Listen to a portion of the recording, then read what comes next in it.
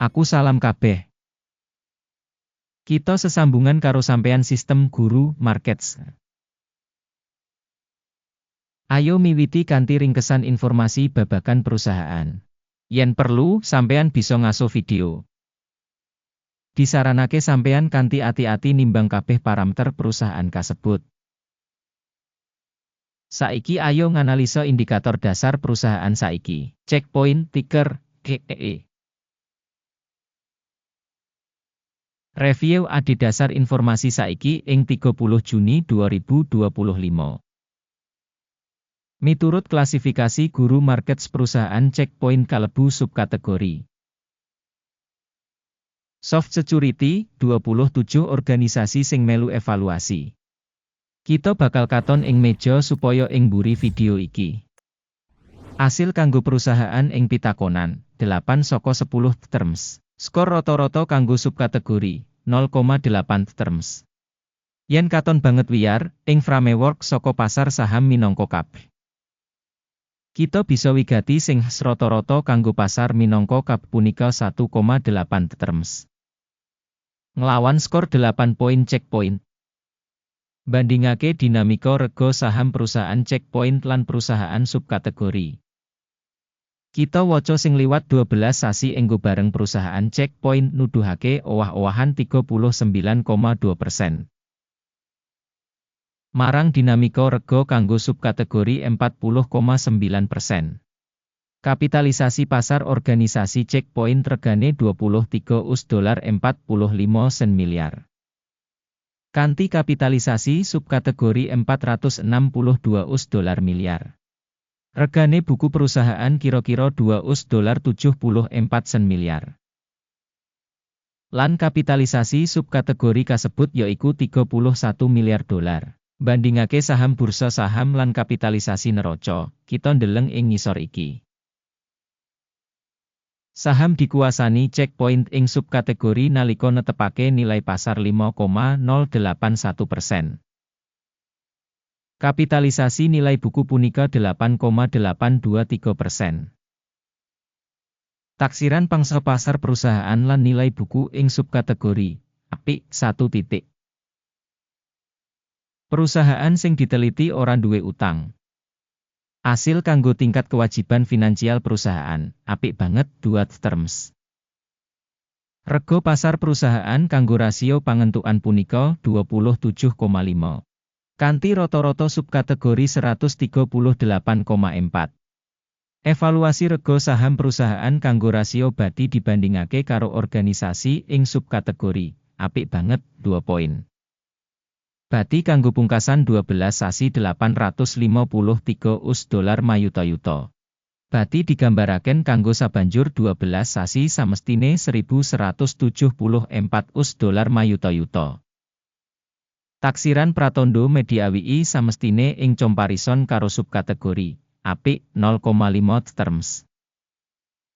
9. Rasio nilai perusahaan terhadap pendapatan. Rata-rata kanggo subkategori punika 12,7. Evaluasi nilai pasar saham perusahaan kanggo rasio revenue dibandingake karo indikator perusahaan ing subkategori, apik 0,5 poin. Revenue kanggo pungkasan 12 sasi ana $2.6 sen miliar. Revenue nerusake kanggo sabanjur 12 sasi sauntara $3.320 mayuta-yuta. Evaluasi indikator volume penjualan ing mangsa ngarep dibandingake karo indikator perusahaan ing subkategori, apik 0,5 poin. Marginality punika 32,7%, karo rata-rata kanggo subkategori 9,2%. Taksiran bati dibandingake pratandha subkategori, apik 0,5 terms. Bagian perusahaan ing subkategori dening nomor personel punika 8,115%. Iki 60% luwih saka nuduhake kapitalisasi pasar. Jumlah ibu kutha saben pegawai perusahaan punika $3.517.000. Dene kanggo subkategori yaiku $5.618.000. Evaluasi volume modal saben karyawan dibandingake karo indikator ing subkategori, apik 0,5 poin. Bati saben pegawe punika $127,9 ewu. Kanthi rata-rata kanggo subkategori $40,6 ewu. Evaluasi bati saben karyawan individu dibandingake karo indikator perusahaan ing subkategori apik 0,5 poin. Volume revenue saben karyawan individu saka organisasi punika $390 ewu. Subkategori $441 ewu. Evaluasi revenue saben pegawe perusahaan dibandingake karo pratandha ing subkategori pas supply 0 terms. Posisi cendak 4,4% dibandingake karo rata-rata subkategori 3,9%. Indikator teknis resi 14 nuduhake tingkat 41% kanggo perusahaan Checkpoint. Kanggo subkategori, tingkat iki kira-kira 55%. Rega saham perusahaan saiki watara $216. Perkiraan rega konsensus kanggo saham perusahaan kira-kira $239.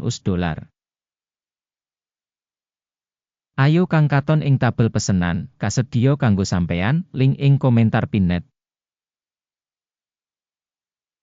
Tabel pesenan ngemot kabeh pancasan digawe publicly mangsa iki dening Sistem Informasi Evaluasi Guru Markets. Akses menyang meja supaya free lan buka, link ing komentar pinned. Adhedhasar analisis saham perusahaan Checkpoint.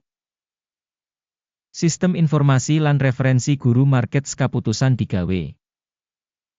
Buka perdagangan tuku kanggo $216, 45 saben saham. Pesenan buka amarga perusahaan duwe regane relatif dhuwur. Penilaian perusahaan adhedhasar metode penilaian indeks AKIM. Take profit disetel ing 250,33. Mandeg mundut disetel ing 182,57. Yen pesenan ora ditutup kanthi njupuk bati utawa mandeg mundut. Ing kasus iki, pesenan ditutup kanthi otomatis adhedhasar asil sesi tanggal 30 Juli 2025.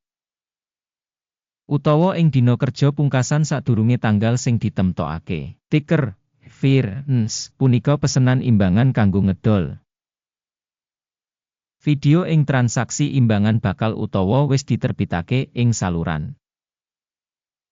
Ing kasus nutup samubarang pesenan, dasar utawa wawas. Urutan ngelawan ditutup ing rega final. Matur nuwun kanthi sanget pamirsa wis nonton nganti pungkasan lan nggunakake sistem bantuan Guru Markets.